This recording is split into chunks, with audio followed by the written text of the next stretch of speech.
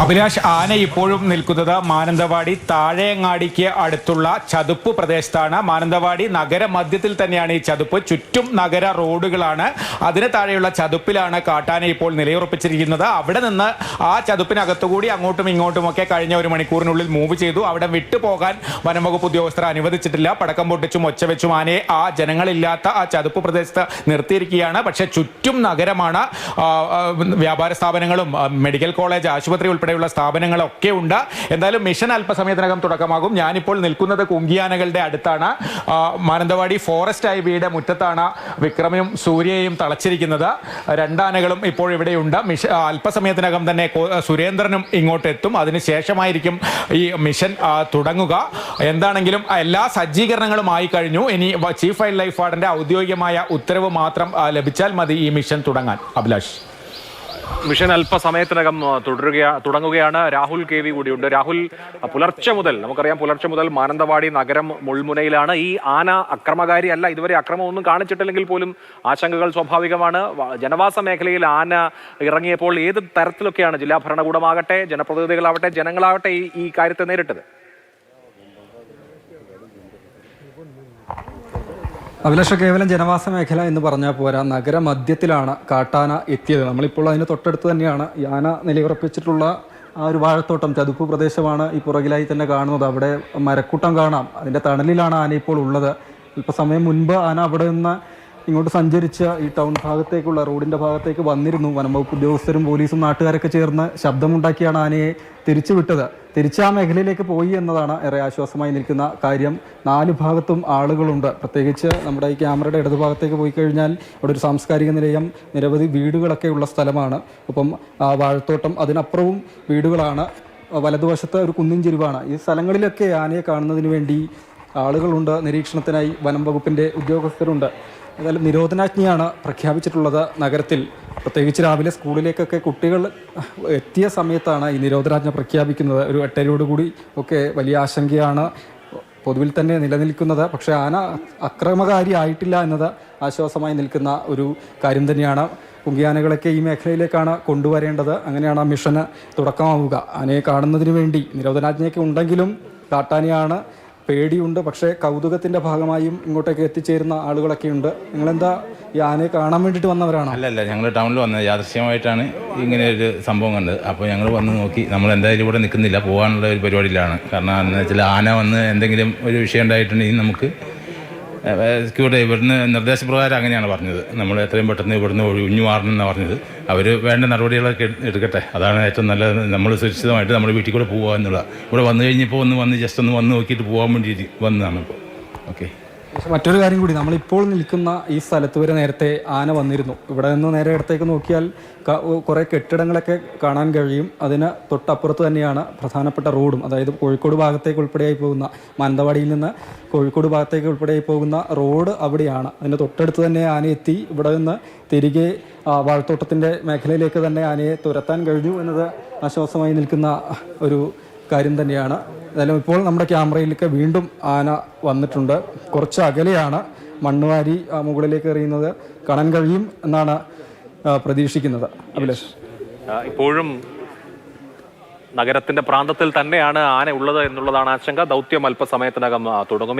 എങ്ങനെയാണ് ഈ ആന അവിടെ എത്തിയത് എന്നുള്ളതാണ് പ്രധാനപ്പെട്ട കാര്യം. ബിജു പങ്കജ് കൂടി ചേരുന്നു. ബിജു, ഈ തണ്ണീർ എന്ന ആനയുടെ കഥ എന്താണ്? ഹാസനിൽ നിന്ന് നേരത്തെ കർണാടക വനം വകുപ്പ് കാട് കയറ്റിയ ആനയാണ്. പക്ഷേ ഇപ്പം നമ്മൾ അരിക്കൊമ്പൻ എന്നൊക്കെ പറയുന്നത് പോലെ ഉപദ്രവകാരിയായി അല്ലെങ്കിൽ ഏതെങ്കിലും തരത്തിൽ കുഴപ്പമുണ്ടാക്കിയതായി അവർക്ക് ആക്ഷേപമില്ലതാനും. അതെ, അഭിലാഷ് പറഞ്ഞത് ശരിയാണ്. അതായത് ഇതൊരു ശാന്ത സ്വഭാവക്കാരനായ ആനയാണ്. പ്രശ്നക്കാരനിൽ ഇതുവരെ ഒരാളെ പോലും ഉപദ്രവിച്ചതായിട്ട് ഒരു ചരിത്രവുമില്ലെന്നാണ് ഈ ഹസനിലുള്ള വനംവകുപ്പ് ഉദ്യോഗസ്ഥരും നമുക്ക് പരിചയമുള്ള അവിടെ റിസർച്ച് ചെയ്യുന്ന ആൾക്കാരുമൊക്കെ പറഞ്ഞത്. ശരിക്കും ഈ ഹസന് കുറേ കാലമായിട്ട് ഈ വന്യമൃഗ മനുഷ്യ സംഘർഷങ്ങളുടെ ഒരു വേദിയാണ്. ഒരു വശത്ത് നാഗർഹുള വന്യജീവി സങ്കേതം, മറുവശത്ത് ബിസ്ലി ഗാർഡ്സ്. അപ്പോൾ ഈ പ്രദേശങ്ങളിൽ നിന്നൊക്കെ ആന കടന്നു പോകുന്ന ഒരു പ്രധാനപ്പെട്ട മേഖലയാണ് ഈ ഹസൻ. ഈ ഹസനിൽ നിന്ന് 1994 മുതൽ ഈ പറയുന്ന കാലയളവ് വരെ 70ഓളം ആനകളെ പിടികൂടി വെടിവെച്ച് പല സ്ഥലങ്ങളിലേക്ക് മാറ്റുകയും അതുപോലെ മറ്റ് റീലൊക്കേഷൻ നടത്തുകയും ചെയ്തിട്ടുണ്ട്. ഹസൻ്റെ പ്രത്യേകത ഈ വലിയ കാപ്പിത്തോട്ടങ്ങളും വയലേലുകളുമുണ്ട്. അപ്പോൾ ഈ കാപ്പിത്തോട്ടങ്ങളിൽ തണലായിട്ട് വെച്ചിരിക്കുന്ന പ്ലാവാണ്. അപ്പോൾ ധാരാളം ചക്ക കിട്ടുന്നത് കൊണ്ടും ഈ കാപ്പിത്തോട്ടങ്ങളിൽ കുളങ്ങളുള്ളതുകൊണ്ടും ധാരാളം ആനകൾ ഇവിടെ വരും. അങ്ങനെ ആനകളുടെ ഡെൻസിറ്റി കൂടുകയും അത് വ്യാപകമായി നാട്ടിലേക്ക് ഇറങ്ങുകയും ചെയ്തു. അങ്ങനെയാണ് ഈ ആനയും ഇതിനെ പിടിക്കാനായിട്ട് വനംവകുപ്പ് തീരുമാനിച്ചു. ഈ ആനയുടെ പ്രധാന ഹോബി എന്ന് പറയുന്നത് കാപ്പിത്തോട്ടങ്ങളിലൂടെ സഞ്ചരിക്കുകയാണ്. ആൾക്കാരെ കാണുമ്പോൾ ഒഴിഞ്ഞു മാറി പോവുകയും ചെയ്യും. പക്ഷേ അത് പിന്നീട് നാട്ടിലേക്കൊക്കെ ഇറങ്ങുകയും കാപ്പിത്തോട്ടങ്ങളിലെ തൊഴിലാളികൾക്ക് ഭീഷണിയാകുകയും ചെയ്തോടെയാണ് ഇവർ ഈ ഓപ്പറേഷൻ ജംബോ എന്ന പ്രശ്നക്കാരായ ആനകളെ പിടികൂടുന്നതിൻ്റെ ഭാഗമായി ഈ ആനയും പിടികൂടിയത്. എന്നാൽ ഇതിൽ ഏറ്റവും പ്രധാനപ്പെട്ട വസ്തുത, ഈ ആന ഒരാളെ പോലും ഉപദ്രവിച്ചതായിട്ട് ചരിത്രമില്ല. നേരത്തെ പ്രശ്നക്കാരായ ആനകളെ ഈ ഓപ്പറേഷൻ ജംബോയുടെ ഭാഗമായിട്ട് വെടിവെച്ച് പിടിച്ച് കൂട്ടിലടയ്ക്കുകയും ചെയ്തിരുന്നു. പക്ഷേ ഈ ആനയെ മാത്രം റേഡിയോ കോളർ ഇട്ട് കാട്ടിലേക്ക് കയറ്റി വിടാനുള്ള കാരണം ഈ ആന ശാന്ത സ്വഭാവക്കാരനായതുകൊണ്ട് തന്നെയാണ്. പക്ഷേ ഈ ബന്ദിപ്പൂർ അതിർത്തി കൊണ്ടുവിട്ടപ്പോൾ അത് നടന്ന് മാനന്തവാടിയിലേക്ക് ഇറങ്ങി എന്നുള്ളതാണ് യാഥാർത്ഥ്യം. കർണാടക വനംവകുപ്പിൻ്റെ ഒരു നിർദ്ദേശപ്രകാരം ഇതൊരു പ്രശ്നക്കാരനായ ആനയല്ല. പക്ഷേ ജനങ്ങൾ പ്രൊവോക്ക് ചെയ്താൽ അതിൻ്റെ ഒരു നേച്ചർ മാറും. ഇവിടെയും അതുകൊണ്ട് തന്നെ ഇപ്പോൾ കർണാടക വനംവകുപ്പിൻ്റെ ഒക്കെ ഒരു തീരുമാനം ഇതിനെ വെടിവെച്ച് കേരള വനംവകുപ്പിൻ്റെ ഒക്കെ തീരുമാനം ഇതിനെ വെടിവെച്ച് തിരിച്ച് കർണാടക അതിർത്തിയിൽ ഉള്ള പ്രദേശങ്ങളിൽ കൊണ്ടുവിട്ടാൽ അത് വഴിമാറി കാട്ടിലേക്ക് തന്നെ പോകുമെന്നാണ് നിഗമനം. അതുകൊണ്ട് തന്നെ ഇതിൻ്റെ ഒരു പ്രശ്നക്കാരനായ ഒരു ആനയുടെ ബാക്ക്ഗ്രൗണ്ട് ഇല്ല എന്നുള്ളതാണ് ഏറ്റവും പ്രധാനപ്പെട്ട വസ്തുത. ഈ പറയുന്ന ഓപ്പറേഷൻ ജനുവരി 16 ഈ ആനയെ വെടിവെച്ച് പിടിക്കുന്നത്. നവംബർ മുതൽ ജനുവരി വരെ ഈ ഹസലിൽ നിന്ന് മാത്രം 4 ആനകളെ വെടിവെച്ച് പല സ്ഥലങ്ങളിലേക്ക് കൊണ്ടുവിട്ടു. അതിൻ്റെ ഭാഗമായിട്ട് അതിൽപ്പെട്ടതാണ് ഈ ആന. ജനുവരി 16 ഇതിനെ വെടിവെച്ച് ഈ ബന്ദിപ്പൂർ അതിർത്തിയിലേക്ക് കൊണ്ടുവിടുന്നത്. അതുകൊണ്ട് തന്നെ ഇതൊരു ജനങ്ങൾ പ്രൊവോക്ക് ചെയ്തില്ലെങ്കിൽ ഇത് ശാന്ത സ്വഭാവക്കാരനായ ആനയാണ്. ഇതിനെ എളുപ്പം പിടികൂടി ബന്ദിപ്പൂർ അതിർത്തിയിലേക്കോ അല്ലെങ്കിൽ വനംവകുപ്പ് നിർദ്ദേശിക്കുന്ന സ്ഥലത്തോ വളരെ എളുപ്പത്തിൽ കൊണ്ടുവിടാൻ കഴിയുമെന്നാണ് കർണാടക വനംവകുപ്പിൻ്റെയും ഒരു വിലയിരുത്തൽ. തീർച്ചയായും കെ ബി ശ്രീധരൻ കൂടി തുടരുന്നുണ്ട്. ശ്രീധരൻ, കർണാടക വനം വകുപ്പ് ഈ ജനുവരി 16 പിടികൂടിയ ആനയാണ്. അപ്പോൾ സ്വാഭാവികമായും ഇതിപ്പോൾ നമ്മൾ അരിക്കൊമ്പനെയും കേരള പിടികൂടിയതുപോലെ അല്ലെങ്കിൽ ഇവിടെ നിന്ന് പിടികൂടിയതുപോലെ അവിടെ നിന്ന് കർണാടക വനം വകുപ്പ് പിടികൂടിയ ആനയാണ്. അവരുടെ സഹായം ഇപ്പോൾ അവർ വാഗ്ദാനം ചെയ്തിട്ടുണ്ട്. അവരുടെ സംഘം എത്തിയോ?